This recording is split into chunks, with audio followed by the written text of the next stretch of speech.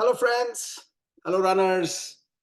Hope all of you are doing well. This is Coach Bala here. Congratulations for finishing the second week of season 11 training. Oh my God. I thought that we just get started. We just got started. And already 2 weeks in, the warm up phase of season 11 is over. I know a lot of you had travel. Many of you are sick. I don't know why this time. A lot of sick issues. Some viral must be going around across the board. A lot of people are sick, and they all have gotten better. And travels have completed. Everybody is slowly getting into a normal rhythm of life. And as it so happens, that's when our regular season starts as well, with a new year behind us, with some additional motivation from this group. I think we are ready to sort of conquer the world. Okay, if not the world, at least let's conquer ourselves first. So congrats, guys, for doing that. 2 weeks of warm up done. We are getting into the regular season starting tomorrow, Sunday, a rest day after the long run. For 5K runners, you've already completed your 1 week of warm up, and you've finished your first week of your first meso 3 week meso training. All of you, please go and take a look at your final search. We have already uploaded the next 3 weeks training program, and let's make that work. So for today, I wanted to give a bunch of sort of small messages that sort of helps us in slowly coming together as a team in thinking about the training program. So the first one is this notion of 21 days that we all shoot for every season. I'm sure you would have heard it in other places too. Um, Especially for those 280 plus new runners. This is something I really want you all to sort of focus on, which is, if you get into a training like this, if you get into a structured training program like this, I've always told you that the first big decision is to sign up, which you all have done. Congratulations. That itself requires a level of commitment, a level of decision making, a level of being comfortable with sort of discomfort and the unknown, and then signing up for it. So that requires a kudos, which I'm very proud of all of you. But then comes the next part of that journey, is to sort of follow through with that decision. This following through with the decision, if you think of it as a 16-week journey or 18-week journey, and then the race and the end, it becomes a too daunting task mentally to start thinking about how do I follow through? You'll get all these doubts and all that. So let's forget about all that. Let's just focus on one huge milestone that is coming in front of us, which is the 21 days milestone. Now, it is a well-known fact that if you want to create any habit, good or bad, to do that for 21 days, your brain gets sort of accustomed to that and it becomes a habit. And the beauty of something becoming a habit is that the inertia that your body normally provides, the mind that you normally provides for starting that activity, will start dramatically going down. Typically, when you, especially in the running and strength parlance, the real problem is to put on that shoe and start the run. Once you start the run, everything falls into place. But the first part, which is to put on the shoe, get out of your couch, put on the shoe, and start the run, is where the maximum problem happens. I know that you have experienced it. I've experienced it. I experience it even now. Everybody experiences it. So it's about that, trying to reduce that inertia as much as possible. And one way of doing that is when this becomes a habit. For instance, in the morning, getting up in the morning and brushing your teeth is a habit. It's not like you face a lot of inertia for brushing your teeth, right? Because it's already part of your habit. Your brain is like already ready for it. It's not even trying, to sort of give you some reasons to not do it, nothing. This is what we want to do. We want to train our mind to make this part of your habit. And that habit, it is well researched that 21 days of doing something makes the brain adopt and accept it as a habit. So that is our first big milestone, ladies and gentlemen. We are in day 40, 2 weeks in. Or in other words, one more week from now, you are in that milestone. So let us hunker down and get to that. Now, there's 21 days of not missing anything. So for those of you who are sick, who are sort of traveling, all that stuff, whenever you've started, add 21 days from that time. And 21 days of training means you don't necessarily have to do it even in rest day. Rest day is part of training. So 4 days of run, let's say 2 days of strength activity, then 1 day of rest, or 2 days of rest. That is the par for the course. And that's part of the training. So that's 7 days. You do that for 3 weeks. You are in that first big milestone in this Find Your Milestone season. So let's get to that 21 days, all the very best, especially for those of you who have done already 2 weeks and not missed anything, 1 more week. And then that inertia will go down dramatically. As part of not missing anything, it is also a great time for me to bring up another sort of tradition in RHWB, which is we believe that we need to measure. When you measure something, that starts improving. And we want to give that as a gift to our runners. So we have designed a system called a metrics dashboard, where every 3 weeks, once the regular season starts, coaches will provide you a sort of a qualitative and a quantitative report card of how you are doing your training.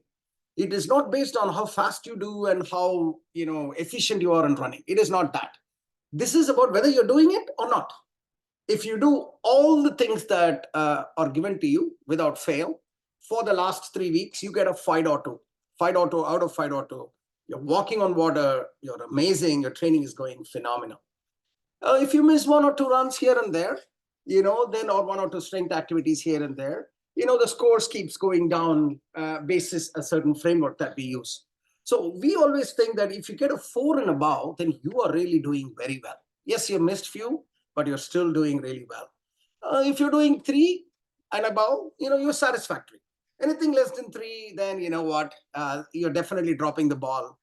This is not your priority. You might have problems later on. That's what it means if it's below 3. And if you're 2 and below, that just means that you're not on it. Probably the coach will request you to sort of move to light or move out of the program because for some reason you're not able to do that. If you're already in light anyway, there is no scoring. This is only for pro runners, pro category runners. So the goal here is, guys, let's hit for 5.0. You're a new year. Let's aim for the peak. And if you think that 5.0 is not possible, let me be the first one to tell you, no, it is possible. There are hundreds of runners, kids, who have done a 5.0, not just one meso, for the entire season. That means they've not missed anything for the entire season. Why entire season? There are a handful of runners, 20, 25 runners, who have never missed anything across multiple seasons. Or in other words, they are a multi-season 5.0. Think about that. Let's say that runner has been here for 5 seasons. If he or she has got a 5.0 across 5 seasons, that means for the last 2.5 years, this runner hasn't missed a single thing. How incredible is that? So it is possible. So why I'm saying this is, as you enter your regular season, note the metrics dashboard is coming to you. I want to give you all the very best. Let's shoot for the best. 5.0, not missing anything. And there is a strategy involved in it. Not missing anything means what? The reasons why people miss something, of course, one is laziness, but that's not the only reason. Injury, because you're traveling and not planning properly, all of these things come in. So if you want to be a 5.0 runner, you got to make sure that you don't get injured. One of the ways of getting injured is overdoing it, not listening to instructions, doing things that we know will cause injury, but haven't listened to the coach corner messages like this, for instance, and just going and doing rookie mistakes and then eventually having an injury. So getting a 5.0 is not just about running, not just about being present and somehow doing it. It's also about the strategy of your execution over the season. That needs to be in place for you to get 5.0. Okay, so I really wish we put a high water mark. I think last season if I'm not mistaken, about 75 to 80 runners had a 5.0. Or in other words, about 10% of the roster had a 5.0. Why don't we shoot for 25% this season? Let's see if we can get a 25% of the runners for this roster having a 5.0 score by end of the season, the entire season. Okay, so go for it. So that's item number 2 I wanted to talk about. So as part of that 5.0, the strength training is also an important one. So you need to enter strength training manually. So the idea, the way we know that you've done strength training is you click on the edit button, enter how you felt, and enter how long you did it manually. Forget about connecting directly to the watch and all, because for strength training, it really doesn't work that much. That well. If it works, that's great. But we would like to see, unless the final surge has the input on how long you've done, it won't know whether you've done strength training or not. And we won't know that. If you have, nothing is entered, we'll assume you haven't done strength training. It's sort of a gentleman ladies code between the runner and the coach for strength training. So if you want to be in the 5.0 bandwagon, make sure you do your strength training first, not miss it, which is a very standard mistakes many people do, many runners do. But after doing it, make sure you enter it so that you get the credit for doing it. Okay, so that's that part of it. I also want to talk a little bit about the warm-up, the dynamic stretching at the beginning of every run, and also we are providing you some post-runs stretching. But let me focus on the dynamic stretching. Coach Srivatsan, I think, or was it Coach Srivatsan or Coach Srikanth, talked about it in the coach first weekend message, the fireside chat we had. Talked a little bit about it, but I want to do a little bit more double click now that you're entering regular season. So in the annals of sort of running, over the years it has developed, there was a time when people used to do just static stretching. Static stretching, as we all know, right? Like a yoga is a static stretching, for instance, wherein you are holding a pose for some time at an extended or a muscle extended position, wherein you are literally pulling the sort of the muscles, stretching it. That's why it's called stretching. And when the muscle gets stretched, it gets easier, it gets more elastic, so to speak. And because it's more elastic, at the end of the day, flexibility is about muscles coming, expanding and contracting. So you are sort of increasing the length of the muscle, and thereby it is able to do a little bit more expansion, contraction over time. That's the idea behind stretching. But as the science developed, it takes 8 weeks of such static stretching for any measurable increase in length of the muscle, which is what, typically everyone thinks that we should do stretching so that, it stretches the muscle, and it sort of, another way of saying, somebody says it warms up the muscle. These are all like very common sort of fallacies on stretching. Like as if when you do stretching, it sort of gets heated up. And when it is hot, it can perform better. Not really. Or when you do stretching, like more blood flows into that, so it's ready for action. Yeah, a little bit. But really, that stretch, there may be another way of getting better blood circulation there, right? So as the science developed, so the stretching thing, thoughts also sort of got refined. And the current thinking is, the idea behind especially stretching before a run is to trigger the nerve muscle pathways. So if you think about it, when you run, let's assume there are about 100 muscles that needs to get activated while you're running. Okay, now there are some muscles, let's say 40-50 of them, you use it on a regular basis. You use it. It's not like you don't need a run to do that. So the pathways that the brain, sending the signals through the right nerves to the right muscles, it's already there. The pathway is trained well, so brain knows how to send that muscle to activate that muscle. Now, at the end of the day, brain is everything. Muscle has to get activated. The act of running is what? Muscles expanding and compressing, right? And this muscle expansion and contraction is done by those signals, electrical impulses coming from the brain to sort of expand, and then the signal is not that it contracts back like a spring. That's really the mechanical way the muscles are working, isn't it? So unless the brain signal comes to the muscle is not getting activated. If the muscle is not getting activated, it's like a dead mass. It's not really helping you, So the idea behind this, back to the stretching discussion, is, let's say if 100 muscles are required for a perfect run, 30-40 muscles in any human being is just getting activated because of other activities that we normally do. We use muscles for all mobility, right? But the remaining 60 muscles that needs to be activated, we need to ensure that this nerve muscle connection pathways are sort of reminded and supple and be ready during the running. And the way to do that is dynamic stretching. So the idea of dynamic stretching, give me a second, I'm getting a phone call.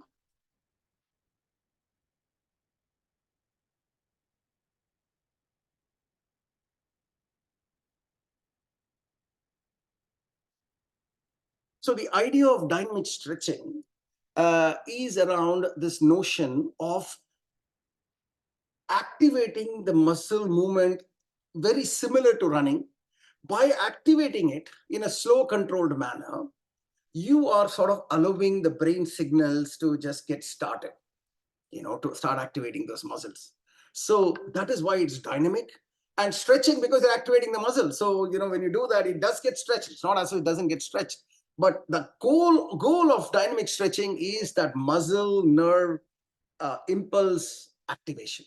So when you start doing that, then what happens is you do 10-15 minutes of dynamic stretching. If you the ones that we have provided you, pretty much, in back to my analogy, all 100 muscles at least, theoretically speaking, gets activated, and the brain muscle connection is established again. Because of that, when you start running, then all the muscles starts getting activated, so you get a better running as opposed to starting cold. Yeah. So that's really the idea behind dynamic stretching, activating it. And hence static stretching, it won't get activated, because in dynamic stretching, you're actually simulating the muscles that will be simulated as if you're running. Think about that. So that's the newest sort of thought process on dynamic stretching. So don't take that as a, optional activity. Definitely do that. And once you do it a couple of times or maybe 10 times, you will know the sequence. You can do it in 5 to 7 minutes, you will finish it off. And then you are ready to go for a run. So that's on the warm-up side of things. So till now, if you think about it, I stretched on the importance of the 21 days, the main meso, the main sort of milestone that's coming up. I talked about 5.0, the best in class, a workout and regimen that you should shoot for. Let's shoot for 25% of pro runners this time, maybe with your help, of course, of which strength training entry is important. Then we talked about the importance of about warm-up, dynamic stretching. And then the last one I want to tell you today is about the let's just give you a quick sense of what the overall framework of training is. So the way the training, as I said, this is a structured training program. This is not, there is a method to this madness, as I always call it. So the way this is done is the least count of training in terms of duration is a week, as you know, because we have a plan for a week, right? So every week there is a certain plan. But the way the training plan is created is we think through this as mesocycles. Each mesocycle in RHWB is 3 weeks long. So we create a plan for 3 weeks. And that plan has a certain strategy in place. And then once that meso is done, then we do the second meso, next 3 weeks. Then comes the third meso, another 3 weeks. So 9 weeks is done. Then we give 1 week of rest, mental and physical rest, which is a very RHWB unique thing. It's not a thing, but this is something all right from beginning we have done. People love it. They just say, okay, this 1 week rest, let me just enjoy life kind of thing. Your body, mind, everything gets rested. And then the fourth meso, which we call it the peak meso, which is the maximum mileage after the rest. So you do a peak meso for another 3 weeks. And then there is 2 weeks of taper to the rest week. That's the framework. And the training principle that we use in this framework is the notion of what you train for gets trained. Okay? Seems very simple statement, but it's very deep. What you are training for is what will improve. The corollary of the statement is if we ask you to train for A and you do B, then the entire strategy or execution plan for that meso is getting lost, right? So we have a theme for every meso. So the first meso theme that you're all getting into is for us to hunker down and become really good in executing conversational pace running. That's really what we're trying to do. So this meso, by the end of first meso, I would like many runners to be really good at conversational pace. How do we define really good? When you finish your run and look back at your metrics, you should see your heart rate is sort of stable. Your cadence is stable. You are not rushing in the first 2 miles and then slowing down. You're kind of giving a flat sort of run, much lower than what you can maybe give, but you're giving a flat run. You're controlling all your metrics. That's really a conversational pace. And you would know you're doing conversational pace because you'll be able to hold a conversation. In fact, by end of this meso, you should test yourself, give a call to your spouse or a friend, and if you're running a 3-mile run, call him or her at 2.5 mile and have a conversation and see whether the other person is able to figure out whether you're running or not. Okay, so that's what I would say today, folks. The messages. I'm so excited to kickstart the regular season for all of you. Let's get to that 21-day milestone. Think about that 5.0, which will start the measurement starting next week for all, and 5K it's already started from last week. We only give measurements for regular season.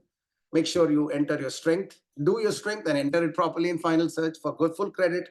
And then the meaning of dynamic stretching, which is not an optional thing to do. It is a way for you to activate the brain muscle connection or the nerve muscle connection. And then finally, I hope you understood the mesocycle framework. Every meso, we have a strategic rationale for every meso, and we try to train for that rationale, and that rationale is what will improve.